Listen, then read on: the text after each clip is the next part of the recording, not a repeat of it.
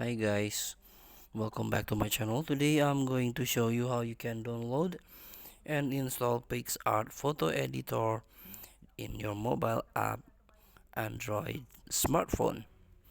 So if you want to download and install it, it's very easy. Don't use the unknown resource, just go to the official source like Play Store. You can type on search and you can type PicsArt. Here you can install. You can download and install the PicsArt on your phone. So after you install and download, there is a free trial for a week.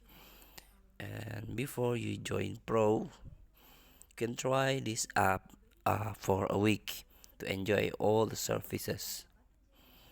Feel free to try. Thank you for watching. Don't forget to comment, like, and subscribe.